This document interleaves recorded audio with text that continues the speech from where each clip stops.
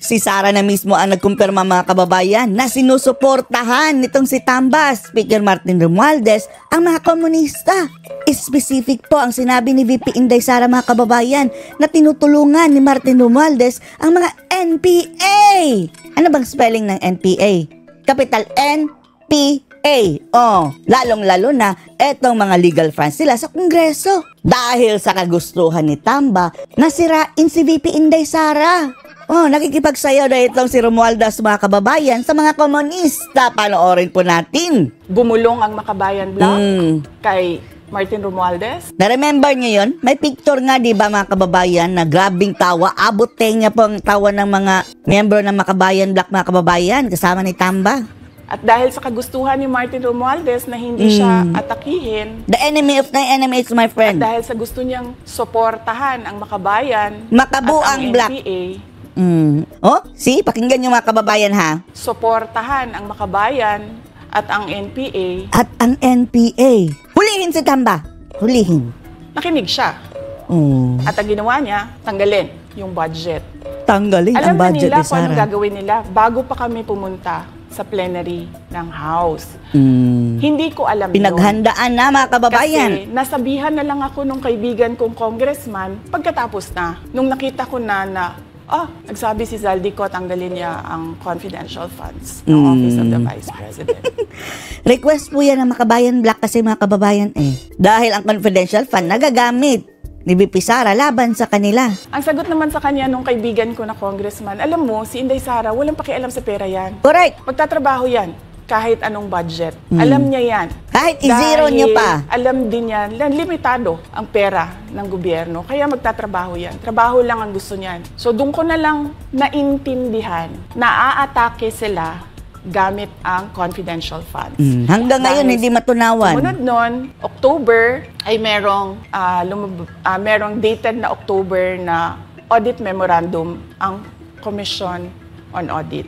Tapos meron silang October 3 na audit memorandum ang Commission on Audit. So sunod-sunod yun, nakita mo. Naglabas ng press release ang Makabayan, nag-defend kami ng budget namin, nagsalita si Zaldico, lumabas ang mga AOM ng COA, September, October. Kaya yan din yung rason. Nung nakita na namin at na-confirm namin doon sa audit memorandum ng COA na ito na yon, confirmation ng pag-atake. Kasi hindi pa kami confirmed doon sa unang tanggalin namin yung confidential funds sa OVP. Ang kumpirmasyon namin, noong nagba-budget hearing sila, at doon sa budget hearing, tinatanong nila, may AOM na ba? May AOM na ba? At nakita namin lumabas na. Yun yung confirmation namin na ito yung pag-atake. Kaya nung fourth quarter ng 2023, hindi na ginamit ng Office of the Vice President at ng Department of Education ang confidential funds. Kasi sabi ko sa kanila, kahit gaanong tamang gamit natin dyan, gagawan nila ng mali yan. Isi-set up mga kababayan. Kaya mas mabuting zero budget na para wala na silang makitang mga kababayan. Magamit na pang set up kay VP Sara. Putasin nila yan at aatakihin tayo gamit ang confidential fund. At ang patutuon nito, kung makita ninyo, noong House hearing noong August 27, 90% ng mga tanong, confidential funds. Kahit na 2024 at 2025, wala ng confidential funds ang Office of the Vice President. So yan yung... Tapos ang usap-usapan ng mga kababayan, wala nang budget. Pangsahod na lang. Swerte na lang kung bibigyan ng pangsahod. Explanation ko, mahabang explanation ko. Bakit pa tayo mag-question and answer? Para akihin ninyo ako? Tapos, alam naman nating lahat. Congressman Zaldico, Congressman Martin Romualdez lang ang yan dapat ang panagutin, no? Desisyon sa budget ng bayan. Madam Vice President, it seems that there's this great plan against you talaga to destroy you. And speaking the of great plan, kasi the during grand the budget plan. hearing po, may nagsabi kasi doon na let's stick to our plan. And you Stick also to the plan. That, person po. Ano po, can you po share about this po? Ano ba tong plan talaga nila during this budget hearing? Oo. Doon sa budget hearing na nangyari noong August 27, nakita nyo na, meron na silang nakahandang PowerPoint presentation, meron na silang nakahandang audiovisual presentation, meron na silang nakahanda na script na binabasa, at yung isa pa nga, na congresswoman na sabi niya, wala akong panahon, basta mahaba ito, hindi ko mabasa letter per letter. Pero kung makita mo, may nakahanda siya sa mga sagot May sa script. mga sinabi namin sa Commission on Audit. Legal points na sinabi namin sa Tapos yung mga kababayan ha, nilabas sa Commission on Audit, wala pang pinal na desisyon. Inaltar nila ang investigation mga kababayan. Commission on Audit. Bakit napakadelikado ng ginagawa na kinukuha ang mga dokumento ng hindi tapos at Ongoing hindi pa. final na audit. So kung makita mo, ganun yun, nakahanda sila. Makikita natin na let's stick to our plan at Stick to takihin the plan. natin ito siya. Walang kinalaman sa kanyang Office of the Vice President 2025 budget proposal, kundi lahat ay may kinalaman sa confidential funds na matagal nang may kaso, 3 pa nga ang kaso sa Supreme Court. Supreme matagal Court. nang pinapa-audit nila at nagko-cooperate kami doon sa audit. Kaya Kung gusto talaga nitong mga kongresista, no, na matapos yan, i-pressure nila ang Supreme Court na tapusin at ang COA. Bilisan nyo, prioritize it. Hindi nila magawa mga kababayan dahil maagang maaabsuelto si Sara. Baka kasabot din ang COA, taga Supreme Court, at magbibigay lang ng desisyon after na matapos ng termino si Sara dahil gagamitin kasi nila mga kababayan na propaganda itong confidential fund.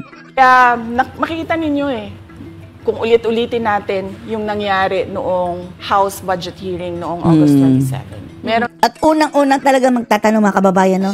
Si Franz Castro, Makabayan Black, Raul Manuel. silang plano na gamitin yon para siraan ako. At hindi lang sila tumitigil dyan. Kung makita ninyo, ngayon naman nasa DepEd budget sila ng pagsira ng pangalan ko. Kahit wala akong Tapos, piname up pa si Sara mga kababayan. Nag-insert sila ng napakaraming budget na classroom para sa kanilang at their own choice. Tapos sasabihin nila na hindi daw tinabaho ni Sara dahil ganito, ganyan, incompetent. Hindi talaga ginalaw ni Sara mga kababayan dahil questionable ang pagkaka-insert nun. Kaya nagbitiw sa pwesto dahil hindi niya masikmura ang kurakutan dyan. nalaman doon sa mga Ng mga congressman ha. observations ng Commission on Audit, sinasabi nila na kasalanan ni Inday Sara yan. At going back po dito sa budget hearing, Madam Vice President, kasi mukhang hindi talaga nagustuhan ng mga kongresista ang inyo pong naging sagot.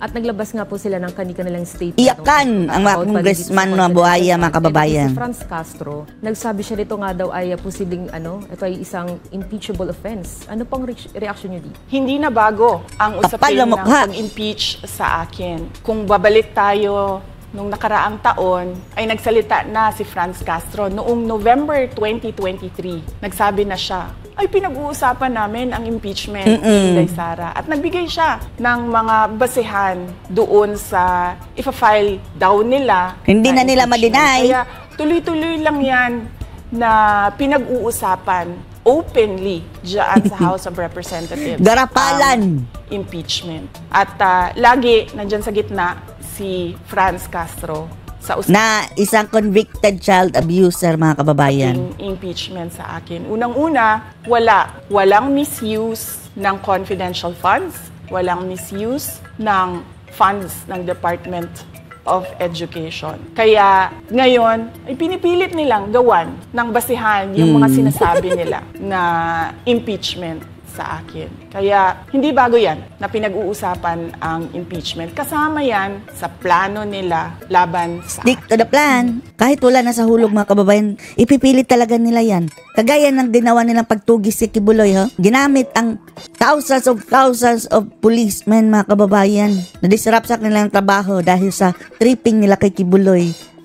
Ganyan sila ka-obsess. Para masira ang kanilang kalaban, ganyan din ang gagawin nila kay Sara Duterte, mga kababayan. Ano naman po dito kasi sa plano daw po nila ay bigyan kayo ng 0 or 1 peso budget ang OVP. Mas mabuti! Kung sakaling mangyari. Piso! Tapos, sasabihin pa rin nila mga kababayan na ang kinurakot ni Sara ang piso. Grabing audit dyan. Yung 50 cents dito, confidential fund ito. Bawal yan. Oh. Dari po ito, ano ang maging Sasabihin na, maski piso mga kababayan. Narinig din namin na merong defunding, i-defund daw ang Office of the Vice President budget. Narinig din namin na posibleng piso lang ang ibigay na budget sa Office of the Vice President. Tapos, sasabihin na nila, kinurakot ang piso. Handa kami, handa ako sa Office of the Vice President na magtrabaho kahit walang budget. Akala nyo walang mga si Sara? Mga willing mag-donate sa kanya? Pero hindi rin niya tatanggapin eh. Ang sasabihin lang niya na, diretso na lang natin sa taong bayan. Oh.